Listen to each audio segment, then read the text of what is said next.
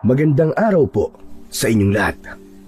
Ang kwentong inyong mapapakinggan ay tungkol sa isang binatang police investigator na si Errol na ipinadala sa baryo ng San Roque upang imbestigahan ang sunod-sunod na mga kaso ng misteryosong pagpatay sa lugar na yon. Sa kabila ng paniniwala ng mga tao na aswang ang may kagagawan ng mga krimen, ay hindi kagad naniwala si Errol. Hanggang isang gabi ay bumagsak ang isang bulalakaw mula sa langit na naglalaman ng isang puting bato na magpapabago sa kanyang buhay. Magtatagumpay kaya si Errol sa paglaban sa kasamaan gamit lamang ang paniniwala, katapangan at bala mula sa pinilakang bulalakaw. Ngunit bago po ang lahat, mga idol, huwag po nating kalimutan mag-subscribe at i-hit ang notification bell sa aking YouTube channel na The Voice Addict at Apong Isaak para sa mas marami pang makapigil hiningang kwentong aswang at katatakutan mula sa mundo ng kababalaghan. Umpisahan na po natin ang kwento. Isang malalim na paghinga ang pinakawalan ng binatang si Errol nang umandar na ang bus na sinasakyan patungo sa maliit at tagong baryo ng San Roque. Hindi siya sanay na malayo sa kanyang pamilya, pero dahil sa trabaho bilang isang police investigator ay wala siyang magagawa kundi ang sundin kung ano ang misyon na ibinigay sa kanya. Ayon sa report ay marami ang pinatay sa San Roque sa karumal-dumal na paraan. Nakita niya ang ilang litrato at masasabi niya na hindi tao ang gumawa ng pagpatay, kundi isang mabangis na hayop. Ngunit hindi pa siya sigurado sa mga bagay na yon.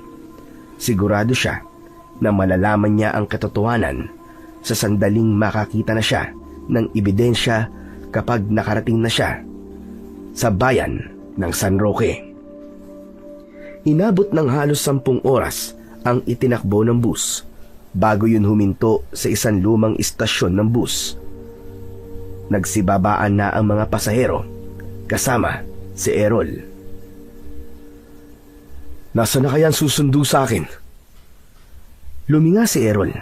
Inakala niya na mahihirapan siyang hanapin ang susundo sa kanya, pero napailing siya nang makita ang isang lalaki na may hawak na malaking illustration board na may nakasulat na "Welcome, Sir Errol." Lumapit si Errol sa lalaki na hanggang dibdib niya lang ang taas. Mawalang galang na, sir. Pwede bang huwag kang humarang sa harapan ko? At baka hindi ko makita yung hinihintay ko eh. Ito yung illustration board, oh. Ang tapang mo naman kagad. Ako yung hinihintay mo. Ikaw ba si Chico? We, ikaw si Sir Errol, yung pulis? Ako nga. Hindi ako naniniwala. Marami ang budol sa panahon to. Bakit? Anong gagawin mo? Magpapanggap ka na ikaw si Errol. Tapos, sasabihin mo na kailangan mo ng pera. Tapos, bibigyan kita ng pera. Tapos, hindi ka na magpapakita sa akin. Hoy, hindi mo ako mauuto, no? Wais to. Kung mambubudol ako, may pera ka bang pwede kong makuha sa'yo? Wala. Ang totoo nagastos ko na yung huling pera ko para pamasahe papunta rito sa istasyon ng bus. Inilabas ni Errol ang kanyang tsapa at isang ID. Ipinakita niya yon kay Chico. Mabilis na nagbago ang mood ni Chico. Ngumiti ito ng malaki at nakita ni Errol ang malalaki nitong ngipin sa unahan. Napatalon sa tuwa si Chico at kulang na lang ay yakapin siya. Uy, Sir Errol, ikaw nga! Ang totoo niyan nagjo-joke lang naman ako Gusto ko lang ipakita sa'yo na hindi ako basta-basta nagpapaloko, no? Oo na. Ang dami mo pa sinasabi. O sige, pwede mo bang samahan na ako papunta sa bahay na titirhan ko sa San Roque? Gusto ko na rin kasing magpahinga. Nakakapagod yung biyahe. Okay, sir. No problem. Matikas na sumaludo si Chico kay Errol, na sinundan nito ng pagpadyak ng isa nitong paa. Ipinahawak nito sa kanya ang illustration board at napailing siya dahil kung sunduin naman siya nito ay para siyang isang balikbayan na sinasalubong nito sa airport. Malakas na sumipol si Chico ng 3 beses. Hindi nagtagal ay isang tricycle ang dumating. Kinuha ni Chico ang maleta ni Errol at inilagay yon sa likod ng tricycle. Tinaliin ito yon gamit ang lubid upang hindi yon mahulog. Sa loob, sumakay si Errol habang sa likod ng driver seat naman ay si Chico. Hindi nagtagal ay umandar na ang tricycle. Napahawak si Errol sa dibdib nang biglang bumilis ang tibok ng kanyang puso. Kinabahan siya sa isang bagay na hindi niya alam.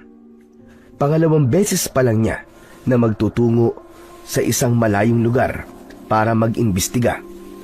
Ngunit ang krimen na nangyayari sa San Roque ay bago sa kanya dahil tila meron dong isang serial killer na pumapatay ng mga tao sa pare-parehong paraan. Ganun pa man, buo ang loob niya na maresolba ang kaso at mabigyan ng kasagutan ang tanong ng mga tao kung sino ba talaga ang dapat na maparusahan sa mga patayang nangyayari sa baryong yun. Makalipas ang ilang sandali, ay umandar na ang tricycle. Habang binabaybay ng tricycle ang lubak-lubak na kalsada papunta sa San Roque, ay tumahimik na pinagmamasdan ni Errol ang paligid. Sa magkabila ang gilid ng daan, ay may makakapal na damuhan at mga punong tila mas matanda pa sa kanya. May ilang lumang bahay na yari sa kahoy at ang bubong ay pawid. Makulimlim ang langit at parang anumang oras ay babagsak ang isang napakalakas na ulan. Sa di kalayuan ay tanaw niya ang matataas na kabundukan. Hinugot ni Errol ang kanyang cellphone at napakunot ang noo niya dahil nawawala na ang signal nun. Sabay ng pag-uga ng tricycle ay ang unti-unting pagkaramdam ni Errol ng kakaibang lamig sa hangin na nagpapataas ng balahibo sa kanyang mga braso. Inabot ng 1 oras ang biyahe ni na Errol mula istasyon ng bus hanggang sa tapat ng bahay na tutuluyan niya habang naroon siya sa San Roque. Siya ang nagbayad sa tricycle driver dahil wala ng pera si Chico. Nang alisin ni Chico ang lubid na nakatali sa maleta niya, ay agad na hinawakan ni Errol ang maleta upang ibaba. Pero bigla siyang pinigilan ni Chico. "Hindi na sir, sir! Ako na magbubuhat nito!" "Uy, mabigat yan Chico, hindi mo kaya yan. Hindi mo pwedeng gamitin ang gulong yan at madudumihan." "Alam ko sir, kayang-kaya ko to." "Hindi mo ba ako narinig? Mabigat nga yan." "Hindi mo rin ba ako narinig sir, ang sabi ko, kaya ko to." "Okay, sige. Ikaw ang bahala, sabi mo eh." Hinayaan ni Errol na ibaba ni Chico sa likod ng tricycle ang maleta at muntik na siyang matawa dahil halos hindi na maipinta ang mukha nito nang buhatin nito yon.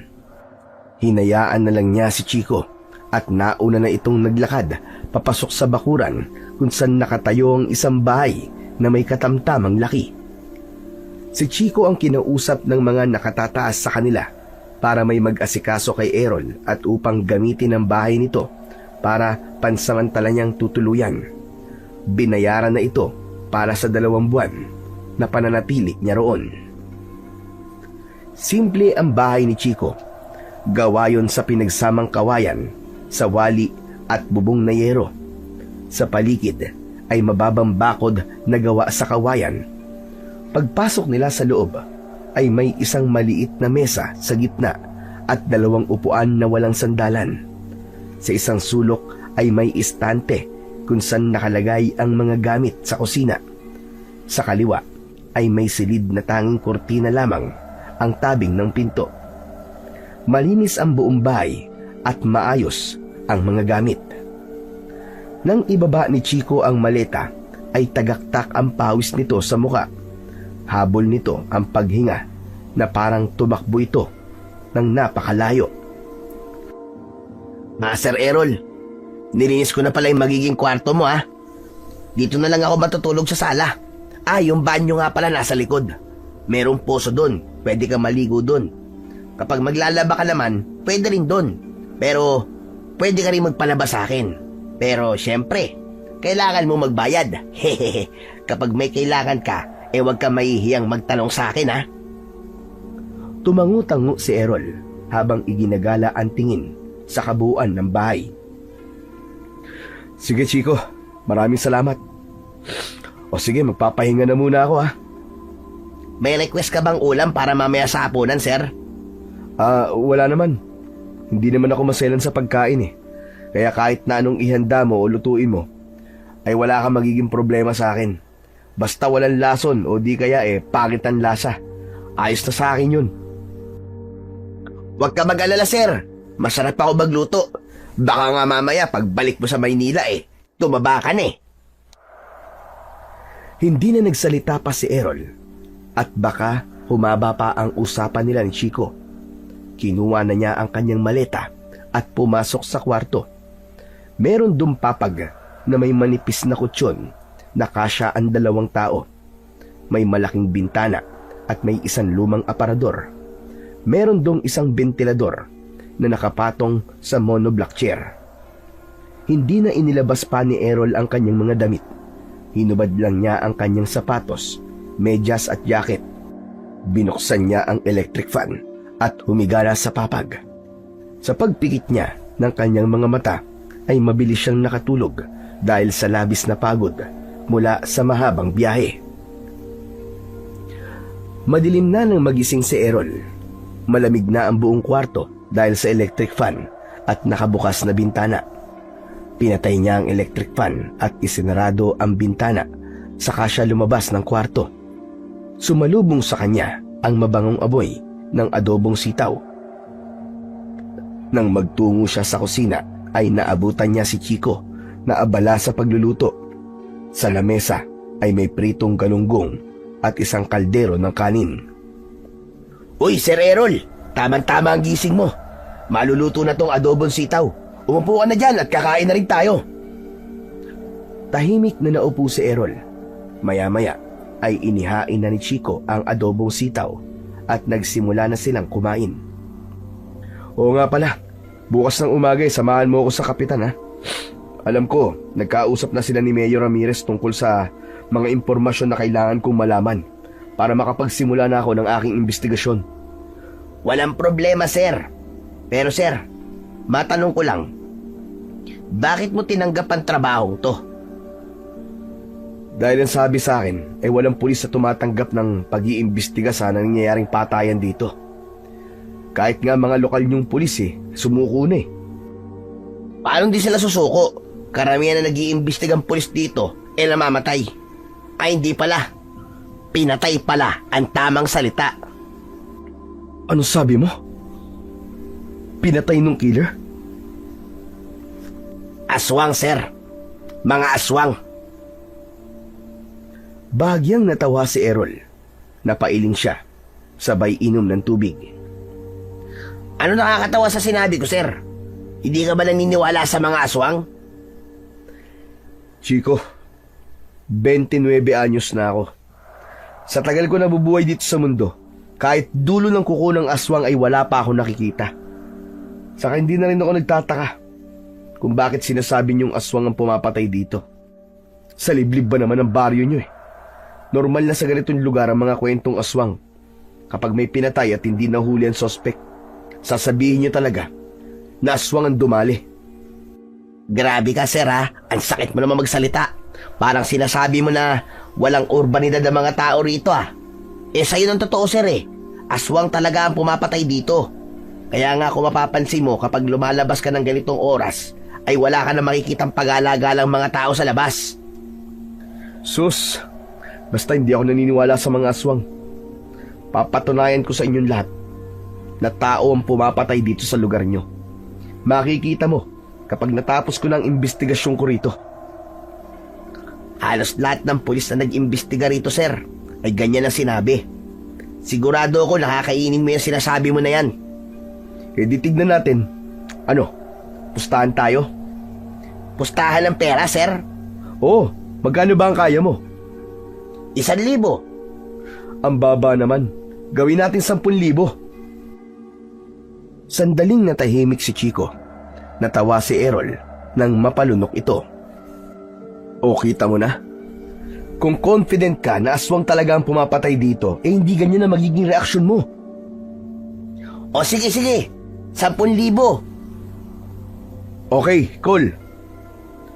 Ipinagpatuloy na ni Errol ang pagkain. Malakas ang loob niyang makipagpustahan kay Chico ng ganun kalaki dahil malaki ang tiwala niya sa sarili na mapapatunayan niyang tao ang may kagagawan ng pagpatay sa San Roque. Hindi naman siya seryoso sa pustahan nila ni Chico.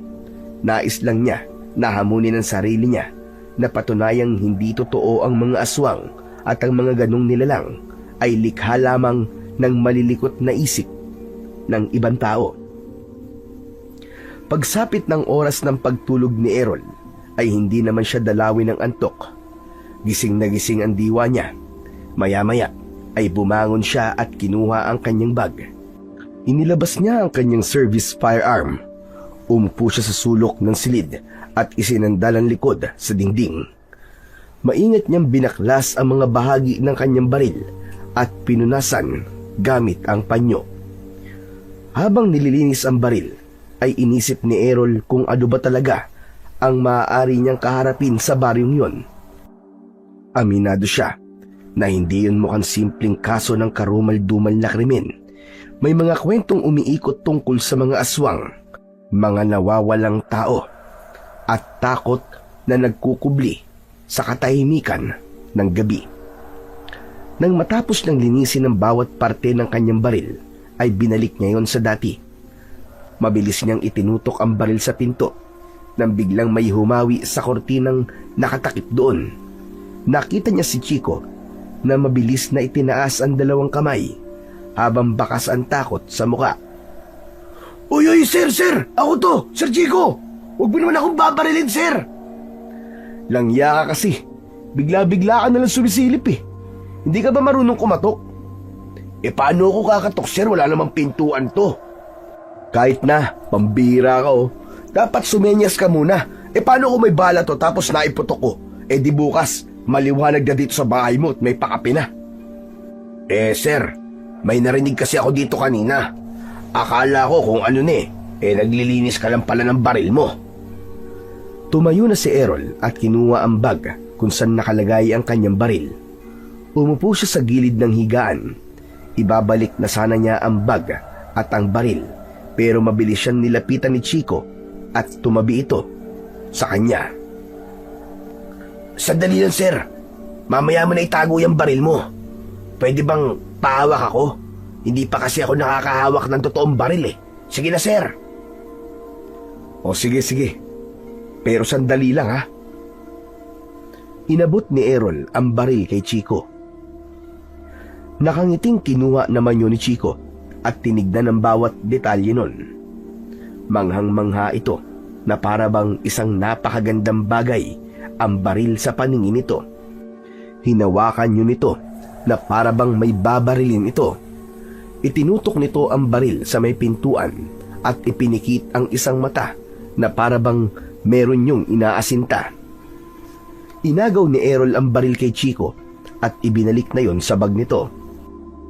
O tama na. Sabi ko sandali lang, di ba? Ang damot mo naman, sir. Hindi pa nga nagiinit sa kamay ko eh.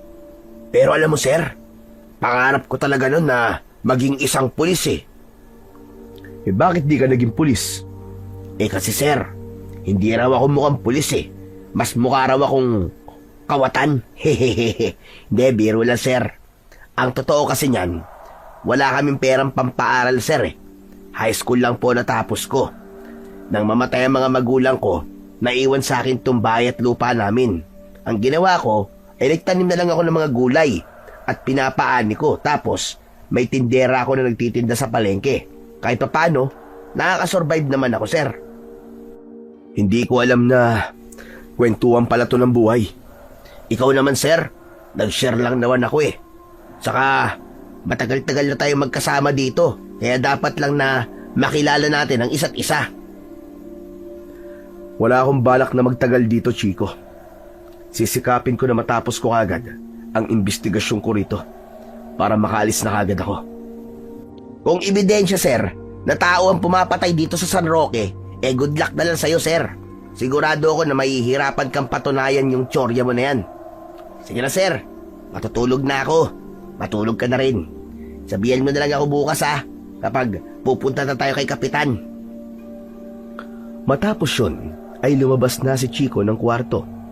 Nang maiwan mag-isa si Errol, ay inilagay niya sa ilalim ng kama ang bag na kinalalagyan ng kanyang baril. Humiga na siya at pinilit niya ang sarili na makatulog dahil sigurado siya na magiging nakakapagod ang mga susunod na araw niya sa San Roque. Kinabukasan, nagising si Errol na nakahanda na ang almusal. May pandesal, pritong itlog at mainit na kapeng inihanda si Chico. Magana siyang kumain dahil alam niya na kailangan niya ng maraming enerhiya dahil yun ang unang araw ng kanyang pag-iimbestiga sa patayang nangyayari sa San Roque. Matapos ang almusal, ay inaya na niya si Chico na magpunta sa bahay ng kapitan sa lugar na yun. Habang naglalakad sila, ay napansin niya ang tingin ng mga tao sa kanya. May kakaiba sa tingin ng mga yon, pero hindi niya yun binigyan ng ibang kahulugan. Inisip na lang niya na dahil sa bagong mukha siya, kaya ganun ang tingin sa kanya ng mga tao. Hindi nagtagal, ay narating na nila ang bahay ng kapitan. Isa yung bahay na gawa sa semento at ang bubong ay yero. Kumatok si Chico at isang matangkad na lalaki na may kayumangging balat ang nagbukas ng pinto. "Oh, Chico! Anong ginagawa mo rito?" Kapitan Gary, kasama ko po yung bagong police investigator. Siya po, si Errol. Errol, siya naman si Kapitan Gary. Nakipagkamay si Errol kay Kapitan Gary. Pinapasok sila nito at pinaupo sa sala. Inalok sila nito ng kape, pero tumanggi sila dahil kakatapos lang nilang mag-almusal. "Kapitan, ang sabi po sa akin ni Major Ramirez ay nasa iyo po mga litrato at report na mga patayang nangyari dito. Pwede ko hubang makita?" "Sandali lang at kukunin ko." Pumasok si Kapitan Gary sa isang kwarto. Hindi nagtagal ay bumalik ito dala ang isang brown envelope. Muli itong naupo at inabot ang envelope kay Errol. "Nandyan ang lahat ng litrato at report ng mga patayang nangyari rito. Bibigyan lang kita ng babala, lalo na sa mga pictures. Masyadong brutal. Nako, wag po kayo mag-alala. Sanay na po ako makakita ng mga ganyan." Isang malalim na paghinga ang pinakawalan ni Errol bago niya binuksan ang brown envelope. Sabay-sabay niyang inilabas ang mga laman nun. Ipinatong niya ang iba sa kanyang hita at una niyang tinignan ang mga larawan. Napalunok si Errol nang makita niya ang litrato ng isang matandang babae na nakahandusay sa damuan. Putol ang braso at tila may kagat sa leeg. Sa isang litrato naman ay may lalaki na wakwak ang tiyan at nakalabas ang bituka.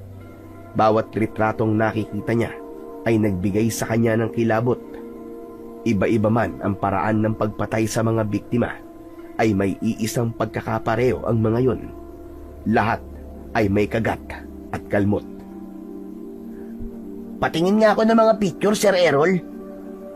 Wag na at baka hindi mo pa kayanin eh. Sir, matibay ang sikmura ako sa mga ganyan. O ito, bala ka sa buhay mo. Ibinigay ni Errol ang mga picture kay Chico. Nang tignan ni Chico ang mga yon, ay bigla itong tumakbo sa banyo at narinig nila ang pagsusuka nito. Napailing na lamang si Errol at sunod niyang binasa ang mga report. Halos pare-pareho ang detalye na naroon. Nawawala sa gabi ang biktima o kaya ng ilang araw, tapos matatagpuan na patay na. May isang report na nagsasabing may nakita itong nilalang na nilalapa ang isang tao pero hindi matukoy kung anong hayop o tao. Lahat ng biktima ay taga roon at walang pinipiling edad na bibiktimahin ang sospek. Nang matapos ng tignan at basahin ni Errol ang lahat ng laman ng brown envelope, ay ibinalik niya na yon sa kinalalagyan ng mga yon. Pwede bang sa akin na po muna mga to, Kapitan? Pag-aaralan ko po kasi mabuti ang mga to. Ay, walang problema, Errol. Salamat at nagkaroon ka ng lakas ng loob na mag-imbestiga rito sa aming lugar. Siguro naman alam mo na maraming pulis ang ayaw nang makialam sa nangyayari dito sa San Roque. Narinig ko nga po ang tungkol sa bagay na yan.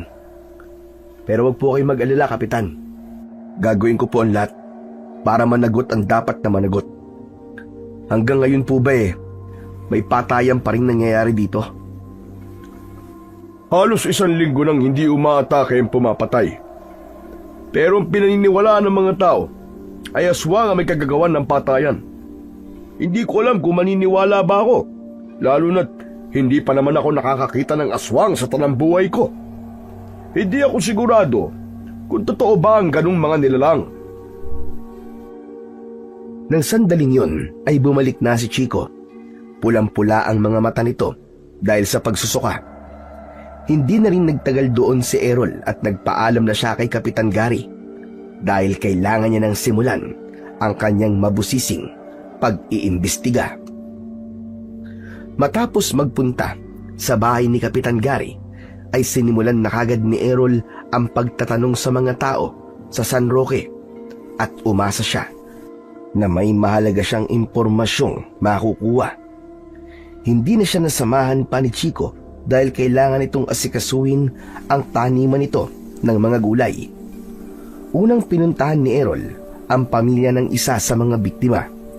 Agad na sinabi ng babae na aswang ang pumatay sa asawa nito. Sumunod siyang tumungo sa palengke kung saan nagtitipon ang ilang mga residente. Nagpakilala siya at maayos na nagtanong kung may nakakita o may alam ang mga ito na impormasyon sa mga nangyayaring krimen. Isa-isang nagsalita ang mga ito at lahat ay iisa ang naging sagot. Ayon sa mga ito, ay aswang ang pumatay sa mga biktima. Habang sinusulat ni Errol ang mga sagot sa kanyang notebook, ay napapailing siya. Pero para sa kanya, hindi sapat ang mga ganong sagot para maging batayan sa isang investigasyon. Para sa isang tulad niyang sanay sa ebidensya at lohika, nakakapagod ang paulit-ulit na pagsagot sa tanong na hindi naman nagdadala ng linaw sa mga bagay at katanungan na hinahanapan niya ng kasagutan. Nag-aagaw na ang dilim at liwanag nang umuwi si Errol sa bahay ni Chico. Pagod siyang pumasok sa kwarto. Agad siyang humiga at tumingin sa kawalan. Pambihira. Talagang lahat ng tao rito ay naniniwala na aswang ang pumapatay sa mga biktima. Mukhang wala akong makukuhang impormasyon sa kanila na makakatulong sa pag-iimbestiga ko. Napapitlag si Errol nang biglang pumasok si Chico. May hawak itong sandok. Uy, nakauwi ka na pala, sir. Ano? Kumusta ang pagtatanong-tanong mo sa mga tao? Hulaan ko. Iisa lang ang naging sagot nila, no? Lahat sila ay sinasabi na aswang ang pumapatay dito sa San Roque. Tama ba ako? Alam mo naman pala ang sagot Nagtatanong ka pa. Uy, mukhang mananalo ako sa pustahan natin Pwede ko bang i-advance na yung kalahati ng 10,000 sa pustahan natin, sir? Kung makapagsalita ka naman parang napatunayan mo na aswang na nga ang sospek sa mga patayan dito. Hindi ka pa nananalo sa pustahan natin, Chico. Baka akala mo, hindi porket lahat ay sinasabing aswang ang pumapatay, ay yun na ang totoo. Kailangan kong makakuha ng matibay na ebidensya na magtuturo kung sino ang totoong mga sospek. Sinasabi ko na sa'yo, sir, kung ipipilit mo na tao ang pumapatay dito sa San Roque, ay talagang mahihirapan kang maghanap ng ebidensya. Kaya nga kailangan kong pagbutihan ng pag-iimbestiga ko eh. Hindi ako titigil hanggat hindi ko nasasabing case closed na ang kasong to. Okay, sir. Isang malaking good luck talaga sa'yo. Pero saka na natin pag-usapan yan. Kung nagugutom ka na, magsabi ka lang para makapaghain na ako na ng hapunan natin. Matapos yun, ay lumabas na si Chico ng kwarto. Nang maiwan si Errol, ay nahulog siya sa malalim na pag-iisip. Muli niyang binasa sa notebook ang mga naging sagot ng mga taong nakausap niya. Pero agad niya yung inihinto dahil muli siyang nakaramdam ng inis sa nag-iisang sagot ng mga taong nakausap niya kanina. 5:00 pa lang nang gisingin ni Chico si Errol. Nagalit si Errol dahil ang akala niya ay ginising siya ni Chico para sa isang walang kwentang bagay. Pero nang sabihin nito na may natagpo ang patay na matandang lalaki sa labas mismo ng bahay nito, ay napatakbo kagad siya palabas habang nakasunod kay Chico. Narating nila ang pinangyarihan ng krimen. Medyo malayo yun at halos nasa dulong bahagi ng San Roque. Maraming tao ang naroon. Tumabi kayo! Tumabi kayo! May pulis dito, tabi! Dali! Hayaan yung tingnan ng pulis yan! Hinawi ni Chico ang mga tao hanggang sa makita na nila ang bangkay ng isang matandang lalaki na nasa gilid ng isang kubo. Karumal-dumal ang itsura ng biktima. May malaking kagat ito sa leeg, wakwak ang tiyan at wala na ang mga laman loob. Naliligo yun sa sarili nitong dugo. Inilabas ni Errol ang kanyang cellphone upang kunan ng litrato ang biktima. Napansin ni Errol ang isang matandang babae na nakaupo sa hagdan ng kubo. Namumugto ang mga mata nun at nakatulaga. Chico, sino yung matandang babae na yun? Sa si Lola Anyang. Asawa siya ni Lolo Marsing, yung pinatay. Kung ganun, kailangan ko siyang makausap. Lalapitan sana ni Errol si Lola Onyang, pero hinawakan ni Chico ang braso niya. Teka, sir. Ngayon mo na ba siya kakausapin? Oh, baka nakita niya kung sinong pumatay sa asawa niya. Hindi ba pwedeng saka mo na lang siya kausapin, sir? Tignan mo naman ang itsura niya, oh. Mukhang shock na shock pa siya sa nangyari. Chico, bilang pulis ay hindi ko dapat pinapalipas sa mga ganitong pangyayari. Kailangan ko na kagad malaman ang mga impormasyon na nalaman ni Lola Anyang. At baka makatulong yun para maresolba ko ang kasong to. Kayo rin naman taga rito sa San Roque ang makikinabang kapag nahuli na kung sinong gumagawa ng pagpatay dito. Hindi na napigilan pa ni Chico si Errol. Nang bitiwan nito ang braso ni Errol ay naglakad na siya papalapit sa nakatulalang matandang babae. Nag-angat ng tingin ng matanda at diretsyong tumingin kay Errol. Agad siyang nagpakilala sa matanda at kung bakit siya naroon. May nakapagsabi po sa akin na kayo po ang asawa ng biktima. Tama po ba? Nanatiling nakatingin ang matandang babae sa kanya. Walang emosyon ang mukha nito, pero bakas sa mga mata nito ang takot at galit. Nakita niyo po ba ang nangyari sa inyong asawa? Maibabalik ba buhay ng aking asawa kung sasabihin ko sa iyo nangyari? Lola, kailangan ko po ang inyong kooperasyon para mabigyan po ng hustisya ang pagpatay sa inyong asawa.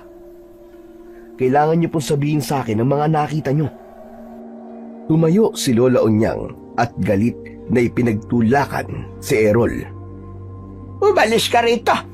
Hindi pulis ang kailangan ng baryong ito. Lumayas ka rito. Layas! Inawat naman ni Chico si Lola Onyang. Nagwala ang matanda. Malakas itong umiyak habang sumisigaw.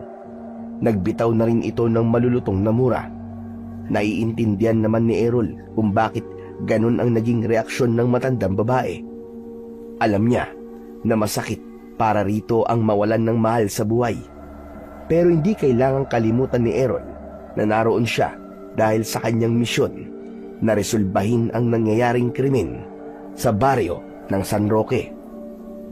Hanggang sa nagdesisyon si Errol na wag na munang kausapin si Lola Onyang. Napagtanto niya na tama si Chico na saka na lang niya kakausapin ang matandang babae kapag kalmado na ito. Tinapos na lang ni Errol ang kanyang pagkuha ng litrato at paghahanap ng ebidensya sa paligid ng pinangyarihan ng krimen. May nakita siyang bakas ng mga paa at nang sinundan niya yon ay dinala siya noon sa bukana ng gubat na hindi ganun kalayo sa bahay ni Lola Onyang. Kinunan din niya ng litrato ang mga bakas ng paa. Nagulat si Errol nang biglang nagsalita si Chico sa kanyang likuran. Tignan mo yung mga bakas ng paa, Sir Errol. Nakakagulat ka naman, Chico. Bakit ba ang hilig mong sumulpot na lang kung saan-saan? Aatakihin ako sa puso eh. Bawasan mo kasi ang pag-inom-inom mo ng kape, Sir. Nakita ko kahapon nakailang baso ka ng kape. Pero, balik tayo sa mga bakas na yan, Sir. Tignan mo nang mabuti, oh. Hindi ba't masyado yung malaki para sa paa ng isang tao? Oo. Sasabihin mo na naman ba na aswang ang may-ari ng bakas ng mga yan, Chico? Sadyang may mga taong malalaki talaga ang paa. Pero hindi naman ganyang kalalaki, Sir. Kailan mo ba tatanggapin na totoo ang mga aswang, Sir? Kung uumpisahan mong maniwala sa kanila, ay sigurado akong magiging madali para sa'yo na resolbahin ng kasong to. Alam mo, kahit anong sabihin mo ay hindi ako maniniwala sa mga aswang na yan. Kung gusto mong makatulong sa akin ngayon, puntahan mo si Kapitan Gary at sabihin mo na kailangan ng ambulansya rito para madala sa ospital yung katawan. Napakamot sa ulo si Chico bago umalis. Muling tinignan ni Errol ang bakas ng paa na nasa lupa. Ikinumpara niya yon sa haba at lapad ng kanyang paa at doon niya napagtanto na tila hindi kapanipaniwala ang laki ng paa ng nagmamay-ari ng bakas ng paa na naroon. Pagsapit ng gabi, mag-isang nakaupo si Errol sa labas ng bahay ni Chico. Hindi mawala sa isip niya ang itsura ng bangkay ng matandang lalaki na nakita niya kanina. Sa ilang taon ng pagiging pulis niya, ay sanay na siyang makakita ng bangkay. Ngunit ang bangkay na nakita niya kanina ay kakaiba sa lahat. Masyadong brutal ang pagkakapatay doon na para bang galit na galit ang gumawa nun. Hindi magtatagal ay malalaman ko rin kung sino ang pumapatay dito. Mahuhuli din kita. Pinapangako ko yan. Umiim ang bagang ni Errol. Naisip niya na kailangan niya nang mahuli ang responsable sa patayan sa baryo ng San Roque dahil alam niya na habang malaya pa yun ay patuloy na madadagdagan ang mga biktima nito. Maya-maya pa ay lumabas si Chico na may dalang lamesa. Inilagay nito yon sa harapan ni Errol. Bago pa makapagtanong si Errol, ay muling pumasok sa bahay si Chico. Hindi nagtagal, ay may dala na itong isang bote ng alak at 2 baso. Ano yan? Lambanog, Sir. Pampantok. Pambira. Ayokong uminom. Maaga akong gigising bukas para puntahan si Lola Onyang. Hindi ba pwedeng palipasin mo ng ilang araw, Sir, bago mo siya kausapin? Nakita mo naman na nangyari kanina, di ba? Hindi pa siya handang magkwento, Sir. Saka, magandang mag-inuman tayo para makilala natin ang isa't isa. Kwentuhan tayo ng kung ano-ano, Sir. Matagal na tinignan ni Errol si Chico. Sa huli, ay pumayag na rin siya na makipag-inuman kay Chico dahil naramdaman niya ang nais lang nito na maging malapit sa kanya. Kumuha ng malamig na tubig si Chico. Inilabas nito ang natirang ulam nila kaninang hapunan na inihaw na liempo para maging pulutan nila. Nagsimula na silang mag-inuman at nagtanong si Chico ng ilang bagay sa kanya. Ganon din siya kay Chico. hanggang sa napunta ang kanilang usapan sa nangyayaring hindi maganda sa San Roque. Matagal na bang may nangyayaring patayan dito sa inyo, Chico? Nako sir, matagal na ho. Bata pa lang ako nun eh. Pero ngayon lang na may mga pulis na nagpupunta rito na taga ibang lugar para mag-imbestiga. Kasi nun, mga pulis dito ang gumagawa niyan. Bakit nyo naman naisip na aswang nga may kagagawa ng patayan? Bakit? May nakakita na ba sa inyo na may aswang talaga dito? Marami na sir. Pero ako, hindi pa talaga ako nakakakita ng aswang. Nagpapasalamat na nga lang ako sir na hanggang ngayon, buhay pa rin ako eh. Siguro sa susunod, kailangan kong kausapin yung mga sinasabi mo na nakakita sa mga aswang. Bakit sir? Naniniwala ka na ba na may aswang talaga? Hindi. Gusto ko lang sila makausap at baka may impormasyon akong makuha sa kanila na makakatulong sa akin pag-iimbestiga. Ang mabuti pa sir sama kita kapag kakausapin mo sila. Kilala ko silang lahat sir. Ayos, mabuti pa nga. Malaking tulong yan sinasabi mo na yan. Nagpatuloy na sina Errol at Chico sa pagkwekwentuhan. Isinantabi muna nila ang tungkol sa patayan sa San Roque at napunta ang usapan nila sa mga nakakatawang karanasan ni Chico. Unti-unting gumaan ang loob ni Errol dahil nakita niya kung gaano kasayang kausap si Chico sa dami ng mga nakakatawa nitong experience sa buhay. Hanggang sa maya-maya ay may itinuro si Chico sa kalangitan. Tignan mo sir oh. Ayun. Ang daming bulalakaw. Tumingala si Errol at doon niya nakita ang halos magkakasunod na bulalakaw na gumuguhit sa kalangitan. Napangiti siya dahil yun ang unang beses na nakasaksi siya ng meteor shower. Meteor shower ang tawag sa ganyan. Ano sir? Shower? Naliligo rin ba mga bulalakaw sir? Hindi, ano ka ba? Bakit meteor shower ang tawag? Aba, malay ko sa nagpangalan yan. Patuloy na pinanood ni Errol ang pagguhit ng napakaraming bulalakaw sa kalangitan. Naaliw siya sa panunood nun hanggang sa sumabog ang isang puting liwanag sa kalangitan. Isang napakalaking bulalakaw ang gumuhit sa kalangitan. Mistula yung isang bolang apoy. At nang bumagsak yun, ay isang mahinang pagsabog ang kanilang narinig. Kinabahan si Errol na wala ang pagkalasing niya at sabay pa silang napatayo ni Chico. Bulalakaw pa ba yun sir? Parang bomba na. Bulalakaw pa rin yun. Malapit lang ang pinagbagsakan nun. Kaya ganun. Parang sa gubat yata bumagsak sir. Tara, punta natin yung pinagbagsakan ng bulalakaw. Ano? Seryoso ka ba sir? Seryoso ko. Gusto kong makita ang bulalakaw ng malapitan. Bata pa lang ako eh.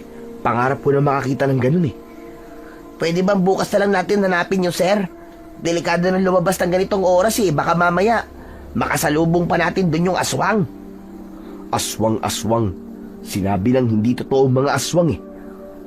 Para sa'yo sir. Pero para sa lahat ng tao rito ay totoo ang mga aswang.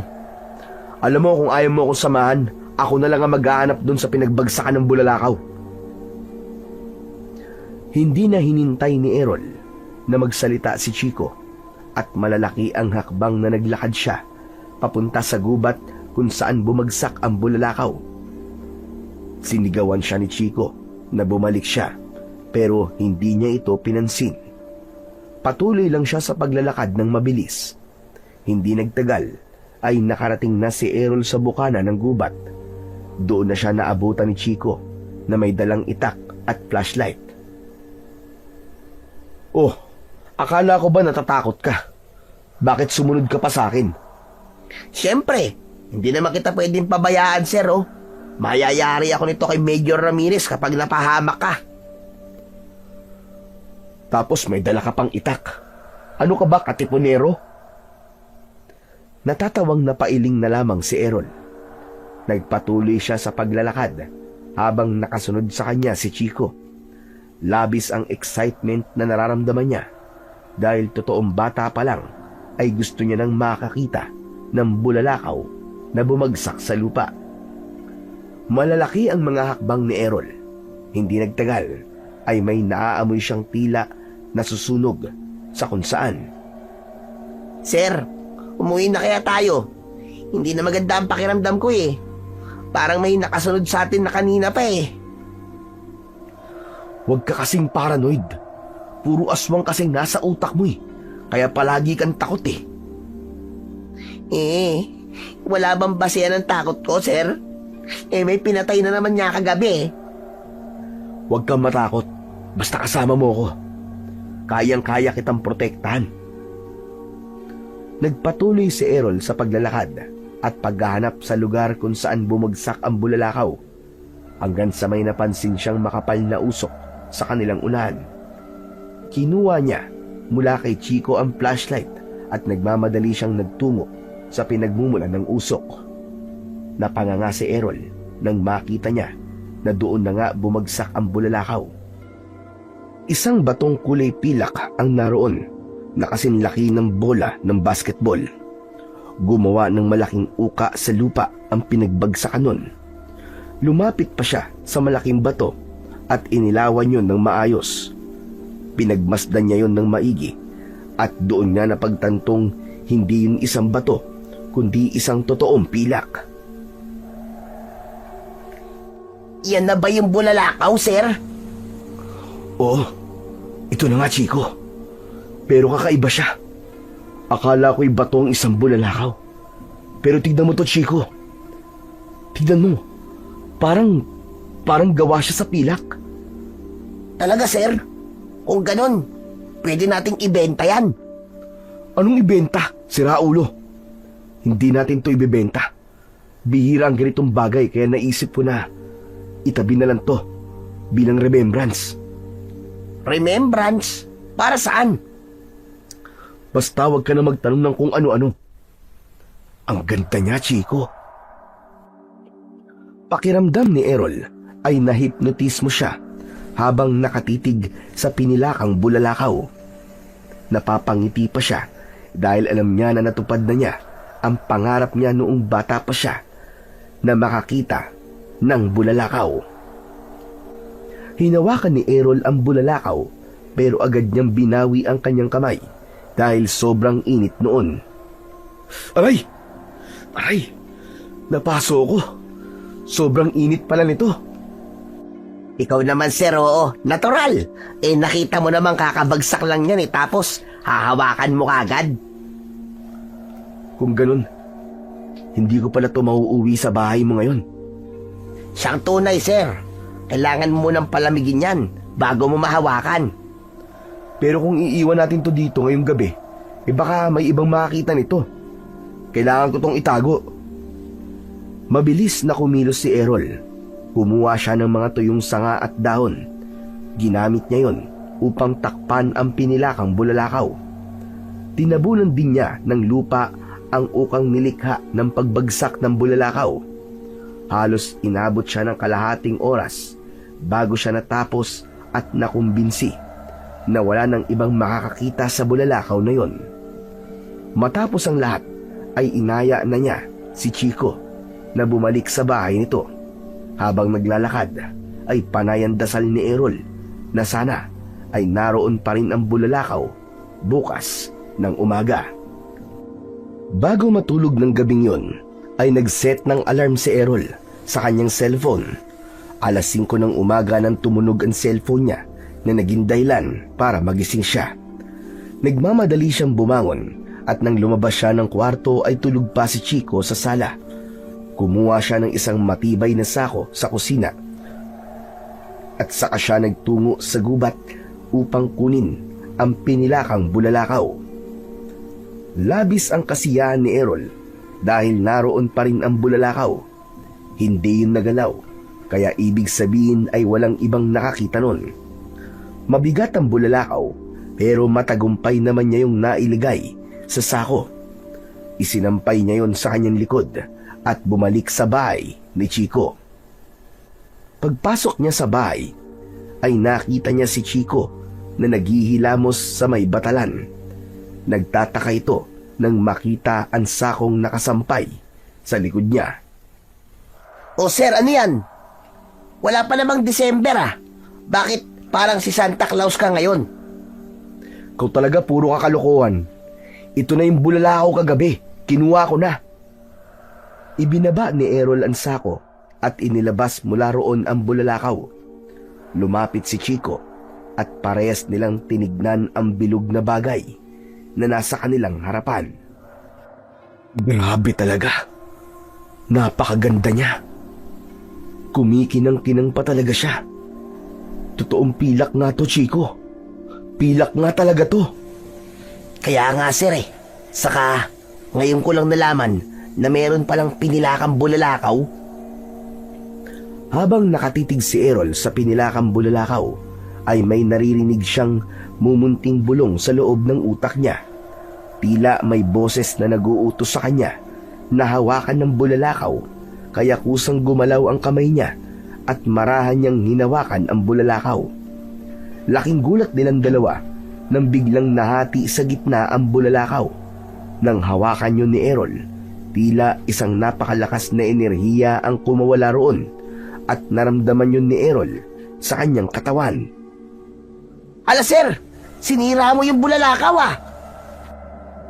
Hindi nakapagsalita si Errol dahil tumuon ang pansin niya sa isang puting bagay na nasa gitna ng nahating bulalakaw.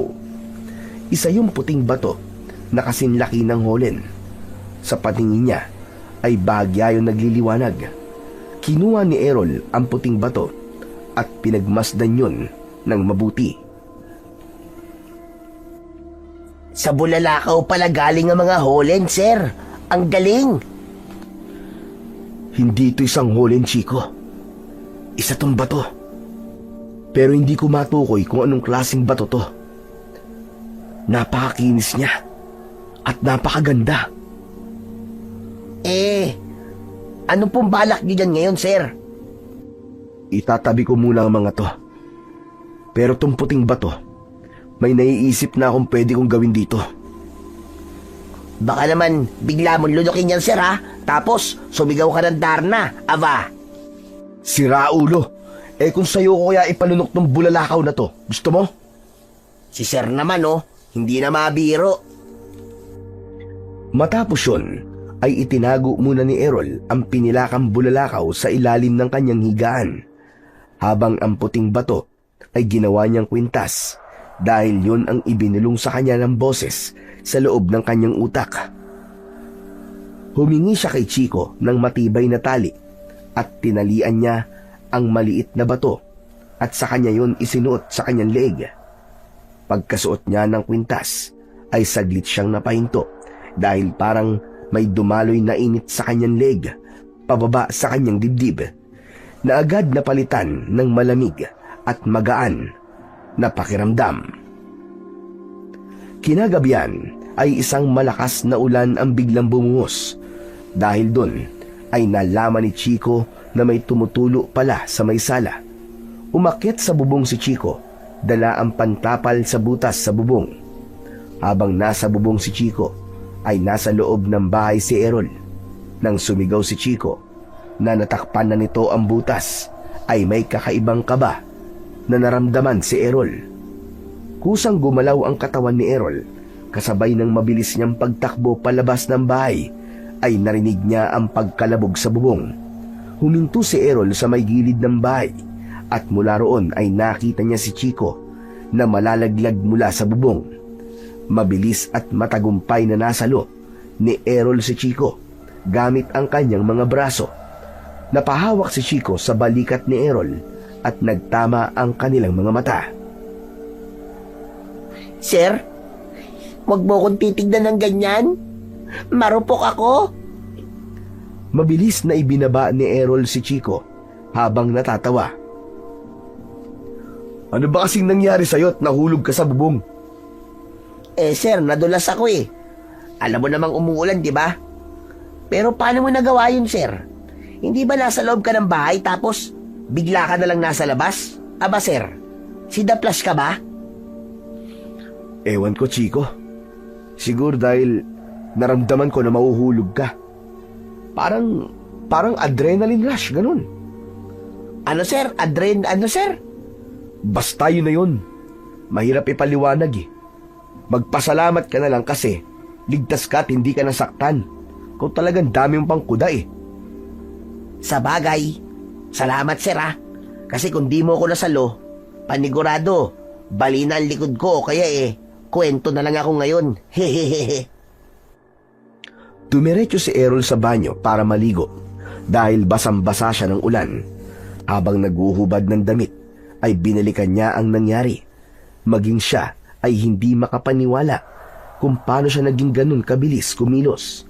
Pakiramdam niya ay may kung anong bagay ang nabuhay sa kaloob-looban ng kanyang katawan at isang pambihirang kakayahan ang nagising sa kanya.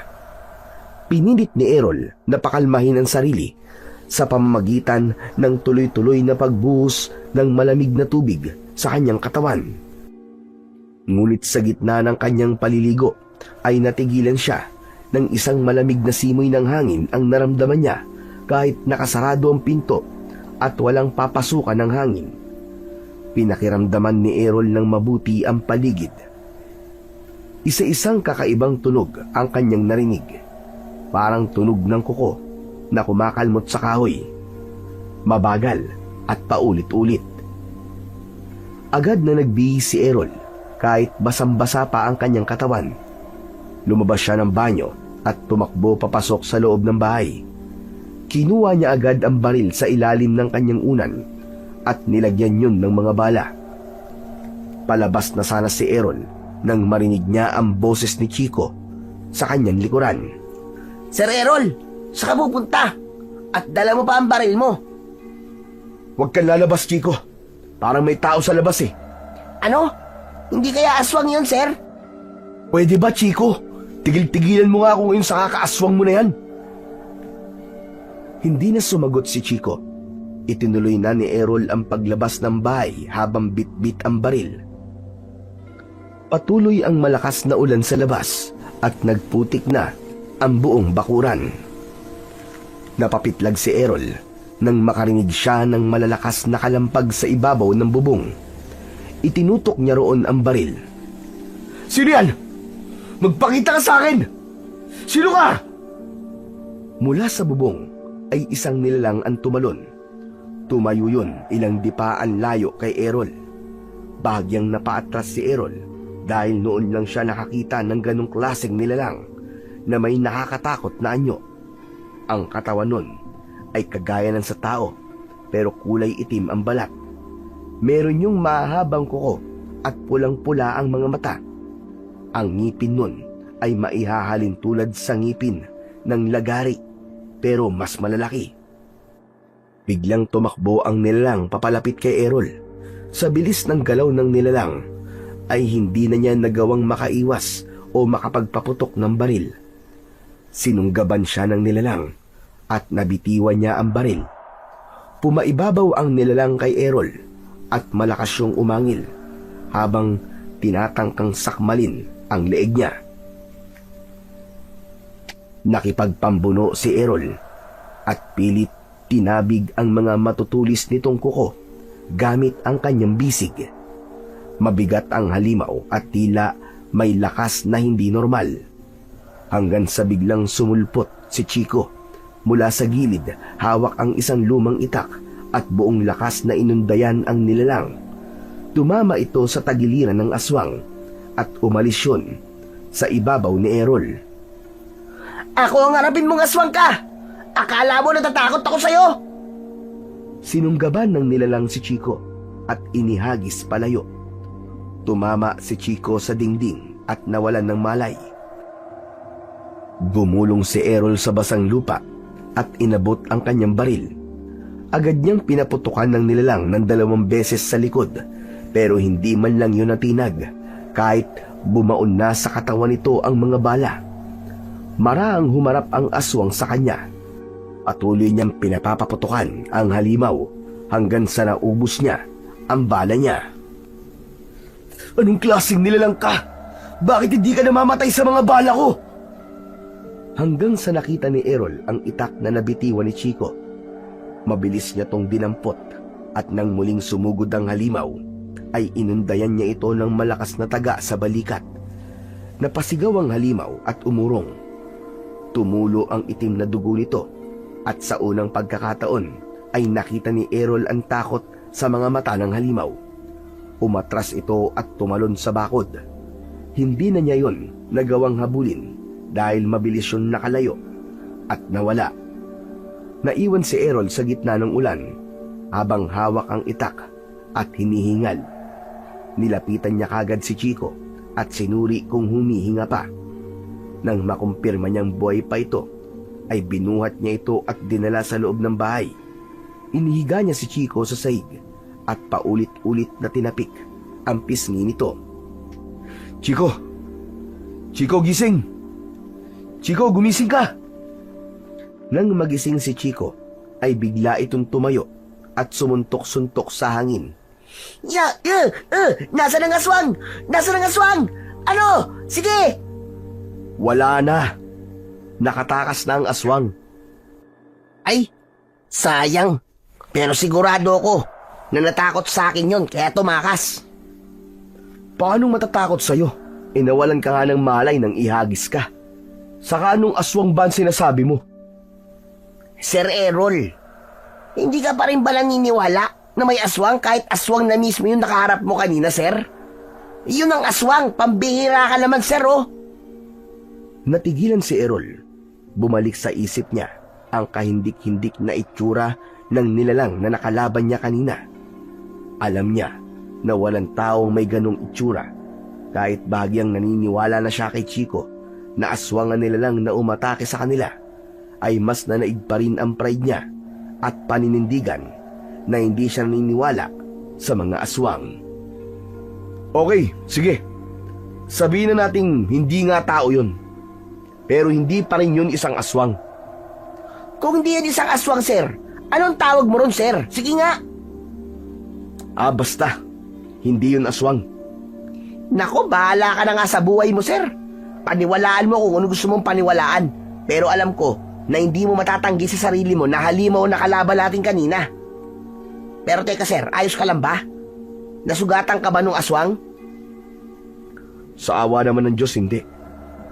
Pero ang ipinagtataka ko lang ay walang epekto sa kanya ang bala ng baril ko. Ilang beses ko siya nabaril. Pero parang hindi siya tinatablan eh. Parang hindi man lang siya nasaktan. Ganon kasi ang mga aswang, sir. Iba-iba ang katangian nila. Depende sa kung anong uri sila ng aswang. Sa tingin ko ay hindi nasasaktan yung aswang na yon sa bala ng baril mo, sir. Nahulog sa malalim na pag-iisip si Errol. Sa tagal niya ng pulis at ilang beses na siyang sumabak sa pakikipaglaban, ay noon lang siya nakainkwentro ng ganong klase ng nilalang. Para yung isang halimaw na may kakaibang lakas at kapangyarihan. Pero hindi yun naging dahilan upang huminto o sumuko siya na alamin ang totoong nangyayari sa baryo ng San Roque. Nangako siya sa kanyang sarili na hindi siya hihinto hanggat hindi niya nalalaman ang katotohanan. Nang sumunod na araw, ay nalaman ni Errol mula kay Chico na nailibing na ang matandang lalaki o asawa ni Lola Onyang. Nagkaroon na siya ng lakas ng loob na muling subukang kausapin ng matandang babae tungkol sa nangyari sa asawa nito. Sinamahan siya ni Chico na magtungo sa bahay ni Lola Onyang. Pagdating nila roon, ay naabutan nila si Lola Onyang na nakaupo sa hagdan ng kubo nito habang yakap ang isang lumang jacket. Nang makita sila ni Lola Onyang, ay tinapunan sila nito ng matalim na tingin. Lola Onyang, nakikiramay po kami sa pagkawala po ng inyong asawa. Ito nga po pala si Sir Errol. Pulis po siya. Gusto ka po niyang kausapin sa nangyari. Alam ko pong masakit po para sa inyo na pag-usapan ng bagay na yon.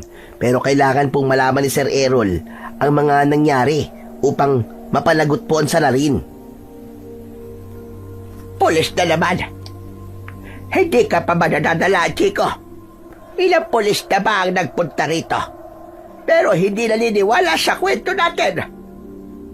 Lola Unyang, huwag po kayo mag-alala. Dahil kung ano man pong ikikwento nyo, ay papaniwalaan ko. Basta, magsasabi lang po kayo ng totoo. Maniniwala ka ba kung sasabihin kong aswang ang pumatay sa aking asawa ng gabing yon? O Sir Errol, sagutin mo ang tanong ni Lola Unyang. Hindi kagad nakasagot si Errol. Naisip niya na kung sasabihin niya na hindi siya naniniwala, ay baka hindi na magkwento si Lola Unyang. Naisip niya na magsinungaling muna sa pagkakataon na yun. Opo, maniniwala po ako sa lahat ng sasabihin niyo. Isang malalim na paghinga ang pinakawalan ni Lola Unyang. Sinimulan nito ang pagkikwento habang nangingilid ang luha sa mga mata. Ayon kay Lola Unyang, nakahiga na sila ng kanyang asawa ng gabing yun nang may narinig silang kaluskos sa labas. Ginusto ng asawa ni Lola Unyang na lumabas upang tignan kung may tao sa labas. Pinigilan ko siya lumabas kasi naisip ko na baka aswang ang nasa labas ng aming kubo. Pero ang sabi niya ay wag ako mag-alala. Lumabas siya na may dalang itak. Tapos nang nasa labas na siya, ay inatake siya ng 2 aswang. Ano pong itsura ng sinasabi niyong mga aswang? Pwede niyo po bang ilarawan sa akin? Para silang mga halimaw. May matutulis na ngipin at mahabang kuko. Kulay pula ang kanilang mga mata at mahaba ang dila. Wala silang awa. Pinatay nila ang asawa ko na para itong isang hayop. Tuluyan nang napaiyak si Lola Unyang. Napahagulgul ito at nahirapang huminga. Paulit-ulit na hinaplos ni Chico ang likod ng matanda habang si Errol ay natigilan dahil base sa paglalarawan ni Lola Unyang sa sinasabi nitong aswang ay ganun din ang itsura ng nilalang na nakaharap niya noong isang gabi. Hindi na muna nagtanong si Errol dahil baka nakita niya na hindi na kayang magsalita ni Lola Unyang. Hinintay niyang kumalma ito bago siya muling nagsalita. Maraming salamat po sa pakikipag-usap niyo po sa akin, Lola Unyang. Sa ngayon po, ay magpapaalam na po muna kami. Ngayon ikaw naman ang tatanungin ko. Matapos mong malaman ang kwento ko, ano ang magagawa mo para tulungan kami? Gaya ka rin ba ng ibang pulis na natakot at umalis dito nang mapatunayan nila na aswang ang makakalaban nila? Hindi po ako kagaya nila, Lola Unyang.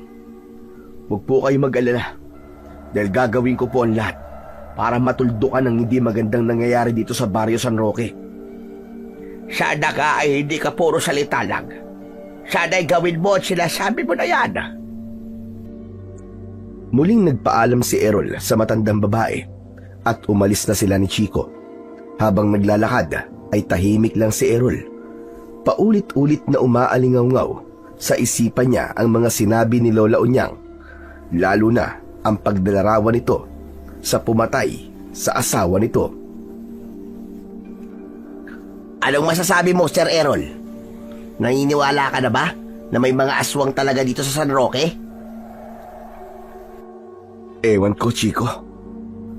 Nang malaman ko na parehas lang ang nakalaban natin at ang pumatay sa asawa ni Lola Unyang, parang nagdadalawang isip na ako eh.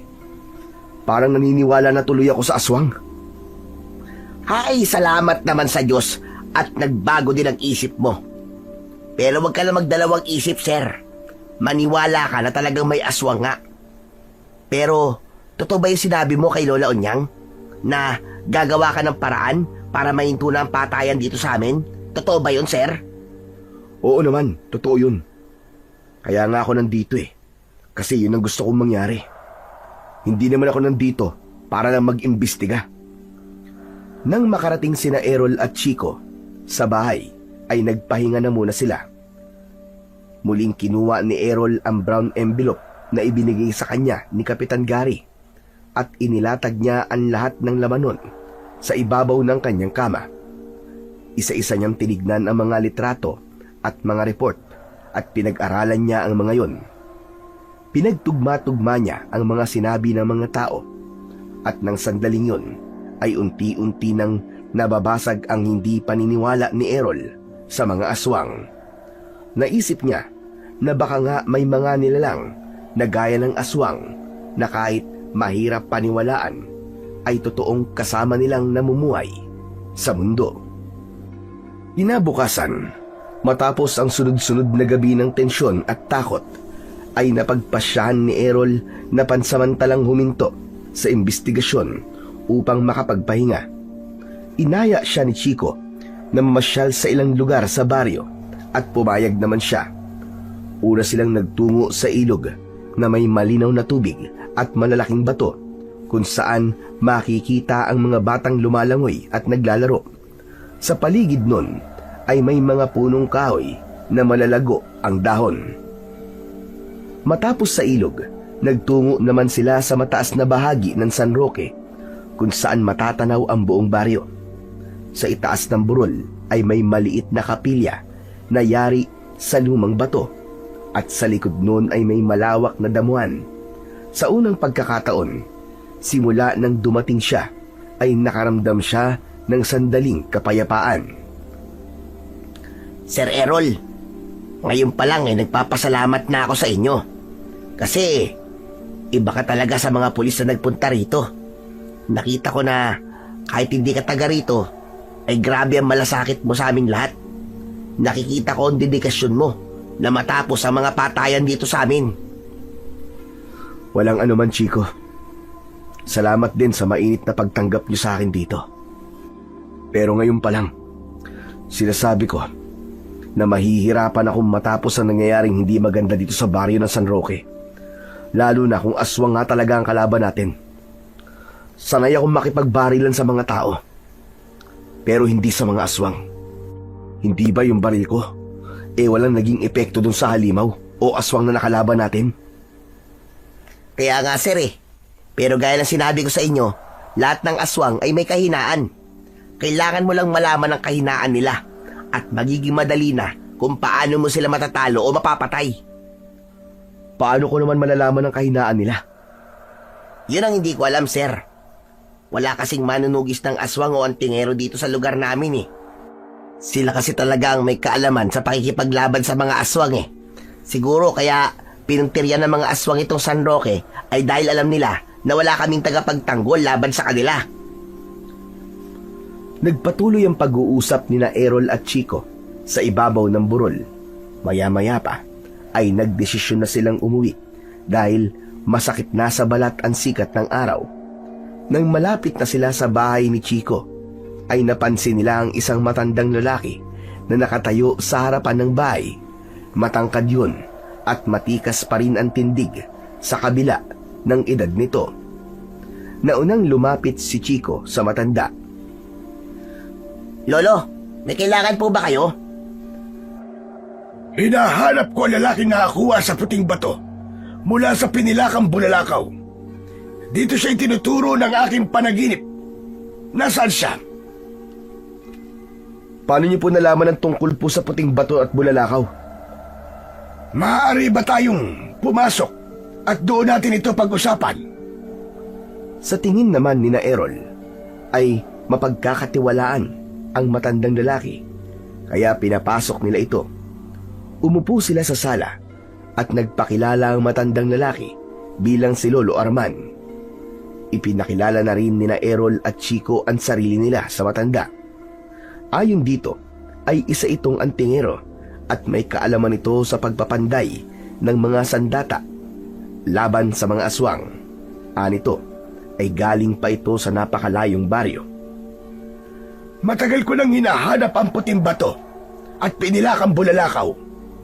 Ayon sa aking mga ninuno, ay yun ang isa sa mabisang panlaban sa mga aswang. Magpapakita lamang ang pinilakang Bulalakaw sa taong karapat-dapat nalaman kong nandito ang hinahanap ko dahil sa panaginip ko. Nakita ko ang lugar na ito. Ito po ba ang tinutukoy niyong puting bato? Ipinakita ni Errol ang puting bato na nakakwintas sa kanya. Namilog ang mga mata ng matanda nang makita yon. Yan nga! Yan nga ang puting bato na galing sa pinilakang bulalakaw. Napakatagal kong hinahanap ang bagay na yan. Inakala ko noon na ako ang karapat-dapat na magmayari niyan. Kaya nakakalungkot na iba pala ang itinakda. Kung ganun po, ibibigay ko na lang din po sa inyo. Wala rin naman po itong silbi at hindi ko nga po alam kung bakit ko po isinusuot to. Nagandaan lang po talaga ako sa itsura nito. Hindi ko yan maaaring kunin sa'yo dahil mawawala ng bisa ang kapangyarihan niyan kung hindi ang itinakda ang gagamit niyan. Sa'yo nagpakita ang bulalakaw at ikaw ang nakakuha ng puting bato. Kaya sigurado ko na ikaw ang nakatadhanang magmay-ari niyan. Ang ibig niyo po ba sabihin may agimat po ang puting bato na yan? Tama ka, Chico. Aba, mukha ka lang palang mangmang, pero may isip ka rin pala. Grabe ka naman, Lolo. Kakakilala pa lang natin tapos ganyan na kagad kayo magsalita sa akin. Baka hindi nyo nalalaman. Pumapatol ako sa matanda. Chico, tumahimik ka nga muna. Hindi, joke lang. Nagbibiro lang naman po ako. Pero seryoso na, Lolo. Ano bang nagagawa ng puting bato na yan? Kung sino man ang magtataglay ng batong yan, ay magkakaroon ng pambihirang lakas at bilis. Mahihirapan din ang aswang na masugatan siya. At isa rin itong magandang palanggalang laban sa mga aswang. Napaisip si Errol. Ang totoo ay hindi siya naniniwala sa mga agimat. Pero ng sandaling yon ay unti-unti nang nagbago ang paniniwala niyang yun dahil napagdugtong-dugtong niya ang mga nangyari, lalo na nung mga nakaraang gabi. Mukhang tama pong sinasabi niyo, Lolo. Simula po nang isuot ko to, ay parang may nagbago po sa katawan ko. Muntik na po kasing mahulog si Chico nun, sa bubong. Tapos po, agad-agad, naramdaman ko po na parang mahuhulog siya. Kaya yun po, nailigtas ko siya. Tapos, may umatake pong aswang dito. At hindi rin niya ako nasugatan, kahit ilang beses niya akong kinalmot. Mas lalo ka pang lalakas at bibilis kapag tumagal sa'yo ang puting bato. O nga pala, yung mismong pinilakang bulalakaw, nasaan na? Nasa kwarto ko po. Gusto niyo po bang makita? Oo, gusto kong makita ang pinilakang bulalakaw. Dinala ni na Errol at Chico si Lolo Arman sa kwarto. Inilabas ni Errol ang pinilakang bulalakaw mula sa ilalim ng kanyang higaan. Lumuhod ang matandang lalaki at hinaplos ang bulalakaw. Nakamamangha talaga. Hindi ko akalain na nahahawakan ko na ang bagay na ito ngayon. Tunay kang mapalad, Errol. Dahil sa'yo ipinagkatiwala ang mga bagay na ito. Sana ay gamitin mo ito sa kabutihan at pakikipaglaban sa mga aswang. Lolo, sandali lang po. Ano po ba silbi ng pinilakang bulalakaw na yan? Agimat din po ba yan? Kasi kung wala po yan pakinabang, ibibenta ko na lang po yan. Pampasikip lang po yan dito sa bahay Kung sa tingin mo ay walang silbi ang pinilakang bulalakaw, ay nagkakamali ka, Chico. Ang bagay na yan ay maaaring gawing sandata laban sa mga aswang. Errol, anong sandata ang sanay kang gamitin? Baril po, Lo. Pulis po kasi ako kaya mas gamay ko po ang baril. Ibig po bang sabihin, Lo ay kaya niyo yung gawing baril? Mahirap gawing baril yan, pero meron akong naisip. Maaari kong gawing bala ng baril ang pinilakang bulalakaw. May karanasan ako sa paggawa ng bala ng baril. Maaari mo bang ipakita sa akin ang itsura ng iyong baril at ang bala nito? Inilabas ni Errol ang kanyang baril at isang bala upang ipakita yon kay Lolo Arman. Pinagmasdan yon ng mabuti ng matanda. Hiniling ng matanda na hiramin niya ang isang bala kay Errol na pinayagan naman niya. Bukod dito sa bala, ay kailangan ko rin dalhin ang pinilakang bulalakaw upang makagawa ko ng maraming bala para sa iyong baril. Nang sa gayon, ay maging mabisa ang bala mo laban sa mga aswang. Alam ko ang problema ng baryong ito. Sadyang pinuntirya ng mga aswang ang lugar na ito dahil alam nilang wala kayong tagapagtanggol dito. Sandali lang po, Lo. Ang ibig niyo po ba sabihin ako po ang makikipaglaban sa mga aswang na nandito sa San Roque? Kanina pa tayo nag-uusap, pero hindi mo pala nakukuha kung bakit ikaw ang nakakuha sa puting bato at sa pinilakang bulalakaw. Pero, Lo, wala po akong karanasan sa pakikipaglaban sa mga aswang.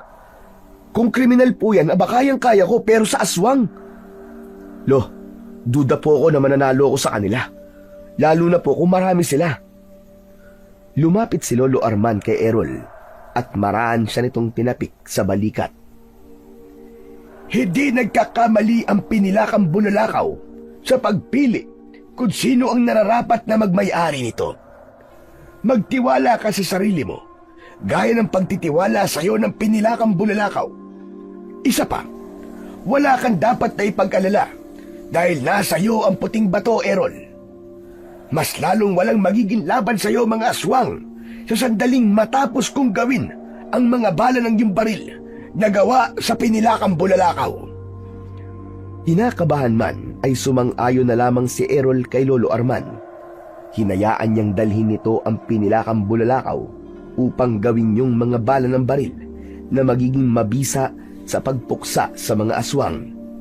Naramdaman niya nakatiwa-tiwala si Lolo Arman dahil sa kalaman nito sa puting bato at sa pinilakang bulalakaw. Kaya naman, gano'n na lang kabilis ang pagbibigay niya ng tiwala sa matanda. Sa mga lumipas na araw, ay inihinto muna ni Errol ang pag-iimbestiga dahil nakumbinsi na siya na mga aswang nga ang gumagawa ng pagpatay sa mga tao sa San Roque. Bagkus ay gabi-gabi siyang nagroronda kasama si Chico upang masiguro na magiging ligtas ang bawat gabing lumilipas. Nang magkaroon sila ng pag-uusap ni Chico at Kapitan Gary, ay nagkaroon sila ng hinala na may kuta ang mga aswang na malapit sa kanilang baryo. Naging buo ang loob nilang tatlo. Nawakasan na ang takot ng ilang taon nang ibinibigay ng mga aswang sa San Roque. Baka mas magiging madali ang pag-ubos natin sa mga aswang kung malalaman natin kung nasaan ang kuta nila. Pero saan naman kaya sila maaaring magkuta? Base po sa mga nakausap kong tao, karamihan sa mga sinasabi nila ay nakikita nila ang aswang na nagtutungo sa gubat. Malakas po ang hinala ko na nasa gubat ang kuta nila, Kapitan. Kung ganon, ay doon tayo magsisimula maghanap. Hihimukin ko rin ng ilang mga kalalakihan na sumama sa atin. Kapag mas marami tayo, ay mas malaki ang posibilidad na maging malakas ang puwersa natin laban sa mga aswang. Pero saka na po natin hanapin ang kuta ng mga aswang kapag natapos na po ni Lolo Arman ang paggawa ng bala para sa aking baril. Sa ngayon po, habang wala pa mga bala, ay magronda po muna tayo gabi-gabi. Sumang-ayon si Kapitan Gary sa sinabi ni Errol. Nasabi na ni Errol sa Kapitan ang sinabi ni Lolo Arman, kaya alam na nito kung anong klaseng bala ng baril ang tinutukoy niya. Makalipas ang 1 linggo, ay muling bumalik si Lolo Arman sa bahay ni Chico. Bit-bit nito ang isang kahon na may katamtamang laki. Agad itong pinapasok ni Errol at may hinala na siya kung ano ang laman ng kahong dala ng matanda. Dala ko na mga bala ng yung baril na ginawa ko mula sa pinilakang bulalakaw, Errol. Kunin mo ang kahon na to at buksan mo. Kinuha ni Errol ang kahon. May bahagyang panginginig na binuksan niya yon. Umambad sa kanya ang maraming bala ng baril na kulay pilak. Maayos na nakasalansan ang mga yon at labis siyang namangha dahil hindi niya akalain na kaya yung gawin ni Lolo Arman. Nagpatulong ako sa aking mga apo, kaya mabilis kong natapos yan. Maraming salamat po sa inyo, Lolo Arman. Hindi lang po ito malaking tulong sa akin, kundi po sa buong baryo San Roque. Walang anuman. Sadyang kailangan ko lang sundin kung ano ang ipinapakita sa aking panaginip. Kahit na sa ganung paraan man lang, makatulong ako sa ibang tao. Aba, oo nga pala, pinabindisyonan ko na rin yan sa simbahan upang mas maging mabisa kapag ginamit mo na sa mga aswang. Wala akong ibang hangad, kundi ang iyong tagumpay laban sa kampon ng kadiliman. Nakangiting tumango si Errol. Muli niyang pinagmasdan ng mga bala ng baril na nasa kahon. Ramdam niya ang bigat nun, pero alam niya na mas mabigat ang responsibilidad na nakaatang sa kanyang balikat. Ngunit patuloy siyang nangako sa kanyang sarili na hindi siya lilisan ng San Roque nang hindi niya nauubos ang mga aswang na sumasalakay doon. Matapos ang pag-uusap nina Errol at Lolo Arman, ay bumalik na si Lolo Arman sa baryong pinanggalingan nito. Pero bago tuluyang umalis ang matanda, ay dinasalan muna nito ang puting bato ni Errol upang mas maging mabisa yun at magamit ni Errol ang rurok ng kapangyarihan nun. Nang ibalita ni Errol kina Kapitan Gary at Chico na nasa kanya na ang mga bala ng baril na gawa sa pinilakang bulalakaw, ay labis ang kasiyahan ng mga ito. Ngunit isang malungkot na balita ang sinabi ng kapitan. Oo nga pala, gusto kong ipaalam sa inyo na nagbaybay ako para himukin ng ilang kalalakihan na tulungan tayong harapin o hanapin ang kuta ng mga aswang sa gubat. Pero kahit isa sa kanila ay walang gustong sumama sa atin. Kaya tayong tatlo lang ang gagawa nun. Ano ba naman yan? Ang duduwag naman nila. Hindi ba nila inisip na para rin naman to sa ating lahat? Pambira naman, oo. Nakakainit naman sila ng dugo. Huwag ka nang magalit sa kanila, Chico. Naiintindihan ko kung bakit walang gustong sumama sa atin. Normal lang na matakot sila, lalo na't napakarami ng naging biktima ng mga aswang. Malamang ayaw lang nila na mangyari sa kanila ang ganun. Tama ka, Errol. Kaya kahit papano ay naiintindihan ko rin naman sila. Pero huwag kayong mag-alala, Kapitan. Nasa atin na po ang mga bala na gawa sa pinilakang bulalakaw. Sigurado ko na kahit tatlo lang po tayo, ay malaki pa rin ang tsansa nating manalo sa laban na to. Kailan niyo po pala gustong hanapin po ang kuta ng mga aswang, Kapitan? Siguro bukas ng umaga. Dapat ay makita na natin ang kuta nila bago dumilim. Hindi ba't mas malakas sa mga aswang kapag gabi? Hindi naman ganun kalaki ang gubat ng San Roque. Sigurado ko na madali natin mahahanap ang kuta nila kung naroon ngayon sa gubat, ha? Matapos ang pag-uusap ng tatlo, ay naghanda na sila para sa pagsuong nila sa gubat bukas ng umaga. Agad na hinasa ni Chico ang itak nito, habang si Errol naman ay nilinis ang kanyang baril. Sinubukan niyang paputukin ng isang beses ang baril niya gamit ang isang bala mula sa pinilakang bulalakaw at wala namang naging problema. Dinasalan din niya ang puting bato na nakasabit sa kanyang leeg. Hiniling niya rito ang tagumpay nila at ang paglaya ng buong San Roque mula sa takot sa mga aswang. Kinabukasan ng umaga ay agad na nagtungo sina Errol, Chico at Kapitan Gary sa gubat.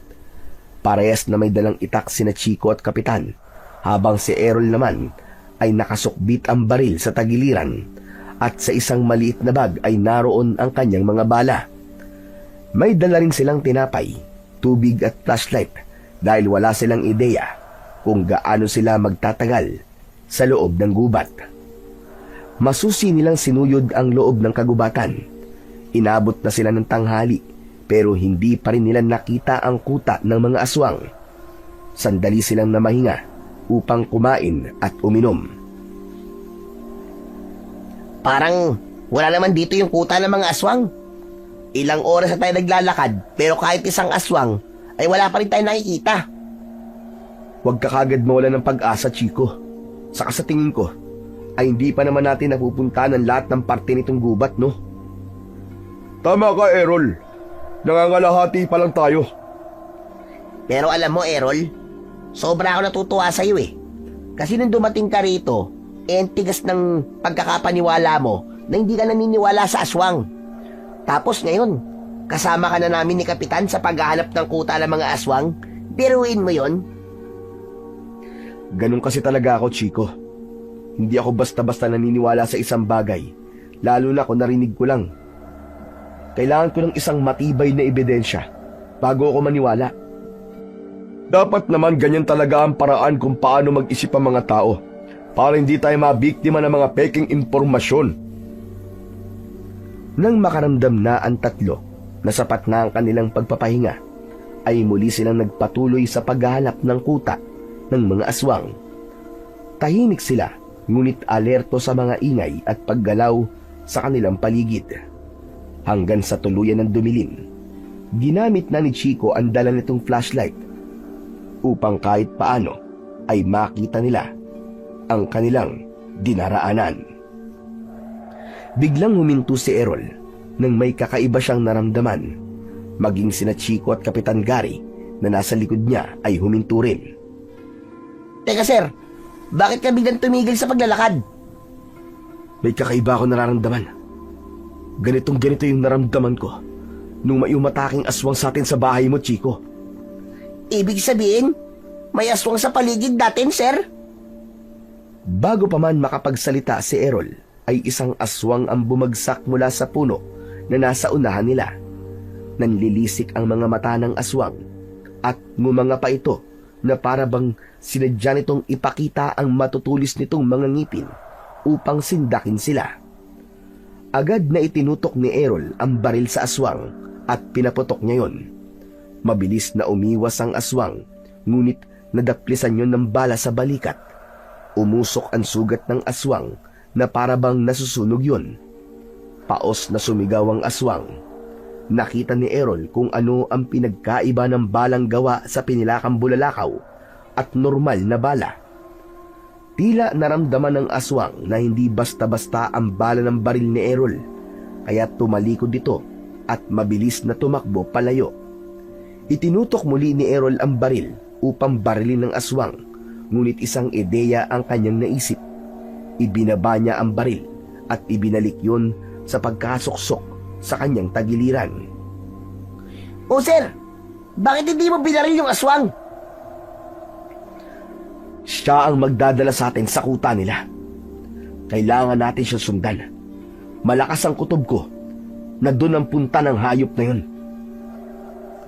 Hindi na nag-aksaya ng oras si Errol. Gamit ang bilis mula sa puting bato na nakasabit sa kanyang leeg, ay sinundan niya ang aswang. Hindi niya inalis ang mata sa sugatang nilalang na tumatakbo sa unahan niya. Sa likod niya ay nakasunod sina Kapitan Gary at Chico. Nahirap man sa bilis ni Errol, ay hindi rin nagpaiwan. Palalim sila ng palalim sa kagubatan at unti-unti na rin nag-iiba ang paligid. Ang mga puno ay mas malalaki na. Ang lupa ay mas basa at ang hangin ay bumaho na parabang amoy ng nabubulok na laman. Sa bawat takbang ay alam ni Errol na papalapit na sila ng papalapit. Ang sugatang aswang na sinusundan nila ay hindi na lamang biktima ng kanyang bala, kundi ito na ngayon ang magiging daan tungo sa kuta ng mga aswang. Hindi nagtagal ay pumasok ang aswang sa isang makipot na daan na natatabunan ng mga damo at ugat ng puno. Huminto si Errol sa gilid na makapal na halaman. Hindi nagtagal ay dumating na rin sina Kapitan Gary at Chico na parehong hinihingal at basang-basa sa pawis. Sumilip sila sa makapal na halaman at doon nila nakita ang kuta ng mga aswang. Tila isa yung malalim na hukay na likas na nabuo sa gitna ng kagubatan. Sa gitna ay may malaking punong tuyo, ang mga sanga na may nakasabit na mga buto. May mga lungga sa gilid ng hukay na parang mga kuweba at mula roon ay lumalabas at pumapasok ang mga aswang. Ang galing mo, Sir Errol. Tama ka nga. Dito nga papunta ang aswang na yun. Sabi ko naman sa iyo eh. Pero, ano nang gagawin natin ngayon? Ngayon nalaman na natin ang kuta ng mga aswang. Aatake na tayo, Kapitan. Wala na tayong pagpipilian, kundi ang lumaban sa kanila. Dapat natin silang ubusin at wala tayong ititirang buhay. Matiim na tinignan ni Errol ang mga aswang na nasa kuta. Bumalik sa alaala niya ang matandang lalaki na pinatay na mga ito at ang mga litrato ng iba pang biktima. Yun ang tila naging mitya upang mag-alab ang apoy sa kanyang puso. Hinawakan ni Errol ang puting bato at bumulong. Ikaw na ang bahala sa amin. Gabayan mo kami at tulungan mo kaming mapagtagumpayan ang laban na to. Huwag lang ako ang iyong protektahan, kundi protektahan mo rin sina Kapitana at si Chico. Matapos yun, ay sumenyas na si Errol sa dalawa niyang kasama.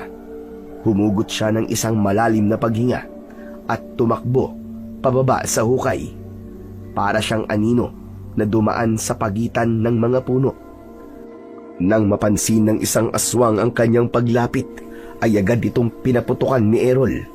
Pinuntirya niya ang dibdib ng aswang at nang bumaon ang bala sa katawan nito, ay bigla itong nagliyab at nasunog. Nagsimulang magkagulo ang mga aswang nang malaman ng mga yon ang pagdating ni Errol. Isa-isang lumitaw mula sa mga lungga ang mga aswang na may mahahabang dila at pulang mga mata. Sumunod kay Errol sina Kapitan at Chico. Tumayo ang dalawa sa magkabila ang gilid ni Errol habang nasa harapan nila ang napakaraming aswang. Noon, kayo nagpupunta sa San Roque para pumatay ng mga inosenteng tao. Ngayon naman, kami na ang pumunta dito upang patayin kayong lahat. Malakas na sumigaw sina Kapitan at Chico at buong tapang na umatake ang mga ito gamit ang matutulis nilang mga itak. Ang bawat tagang tumatama sa leeg o tiyan ng mga aswang ay nag-iiwan ng malalim na sugat, ngunit nananatiling matibay ang mga yon. Hanggang sa tumakbo si Errol sa gitna at sunod-sunod siyang nagpakawala ng putok ng baril. Siniguro niya na hindi nasasayang ang balang kanyang pinakakawalan. Bawat aswang na tinatamaan ng bala ay nag-aapoy at nalulusaw. Ang mga aswang ay nagsimulang umurong pero hindi ito tinigilan ni Errol. Sa tulong ng kanyang bilis at lakas ay madali niyang naiwasan ang mga pag-atake sa kanya. Hanggang sa nakita ni Errol ang isang aswang na tumalon sa itaas ng puno. Nakita niya na ang puntirya nun ay si Chico na nakatayo malapit sa puno. Itinutok ni Errol ang baril sa aswang na nasa puno at binaril niya yon. Sa pulsa noo ang aswang na agad nitong ikinasawi. Napatingin si Chico kay Errol at ngumiti. Salamat, Sir Errol. Mag-iingat kayo. Huwag niyong hahayaan na bumaba ang inyong depensa. Muling pinagbababaril ni Errol ang mga aswang. May ilan na matagumpay na nalapitan siya, pero napansin niya na hindi siya nagagawang sugatan ng mga aswang. Ang mga kuko ng mga aswang ay dumudulas lamang sa kanyang balat na parang may hindi nakikitang panangga na nakabalot sa kanyang katawan. Nagpatuloy ang tatlo sa pag-ubos sa mga aswang. Patuloy si Errol sa pagpapaputok ng baril sa mga aswang. May ibang aswang na sinubukan tumakas, pero hindi nakaligtas ang mga yon sa bilis ng bala ng baril ni Errol. Hanggang sa hindi nila namalayan na napatay na nila ang lahat ng aswang na nasa kutang yon. Sa pagtayo ni na Errol sa gitnang bahagi ng kuta, ay doon nila nakita ang napakaraming katawan ng aswang na patuloy na nasusunog.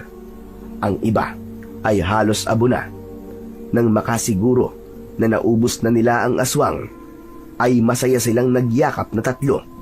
Halos maiyak si Errol dahil sa tagumpay na kanilang nakamit sa gabing yun.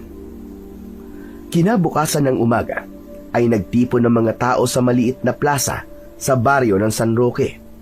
Sa maliit na entablado ay nakatayo sina Errol, Chico at Kapitan Gary.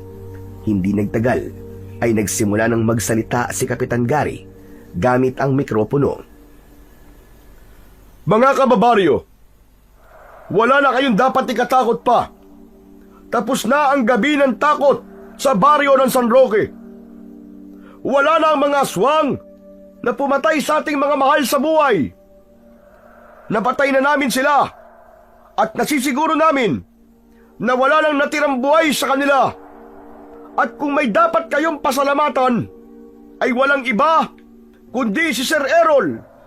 Dahil kung hindi dahil sa kanya, ay hindi rin kami magkakaroon ng lakas ng loob ni Chico na labanan ng mga aswang sa kanilang kuta. Nagpalakpakan ang mga tao. May ilan pang naluwa dahil sa labis na kasiyahan. Inabot ni Kapitan Gary ang mikropono kay Errol upang bigyan siya ng pagkakataon na makapagsalita. Isa pong karangalan para sa akin na maging bahagi upang makamit niyo po ang kapayapaan dito sa inyong lugar. Ngunit, hindi lang po ako ang dapat niyong pasalamatan, kundi maging sina Kapitan Gary at Chico rin. Kung hindi po dahil sa kanila, baka hindi ko rin po nagawa yon. Napahinto si Errol sa pagsasalita. Nang mula sa pinakadulong hanay ng mga tao, ay nakita niya si Lolo Arman. Nakangiti yun sa kanya at bakas sa mga mata na para bang ipinagmamalaki siya nito. Hindi na muna itinuloy ni Errol ang kanyang sasabihin. Mabilis siyang bumaba ng entablado upang pasalamatan si Lolo Arman sa napakalaking tulong nito sa San Roque at sa kanya. Pero nang makarating siya sa kinatatayuan nito kanina, ay wala na roon ang matanda. Tila ba naglaho sa hangin si Lolo Arman dahil kahit saan siya luminga, ay hindi niya na ito nakita pa. Makalipas ang 1 linggo, ay tuluyan ng nilisan ni Errol ang baryo ng San Roque upang bumalik sa kanyang totoong buhay. Malungkot man siya dahil maiiwan niya sina Chico at Kapitan, ngunit mas lamang pa rin sa kanya ang kasiyahan dahil umalis siya ng San Roque na wala na ang takot ng mga tao roon sa mga aswang. Kahit katuwaan lang, ang pustahan nila ni Chico ay ibinigay pa rin niya rito ang 10,000 piso at nangako siya na kapag may oras siya ay bibisita pa rin siya sa baryo ng San Roque. At sa pagbabalik ni Errol sa syudad, ay muli niyang hinarap ang kanyang tungkulin bilang isang police investigator. Nanatili sa kanyang pangangalaga ang puting bato bilang paalala na may mga bagay na hindi kayang ipaliwanag ng lohika at ebidensya. Mas naging matibay din ang loob ni Errol dahil minsan sa San Roque ay hinarap niya ang dilim at nanindigan siya para sa kaligtasan ng mas nakararami.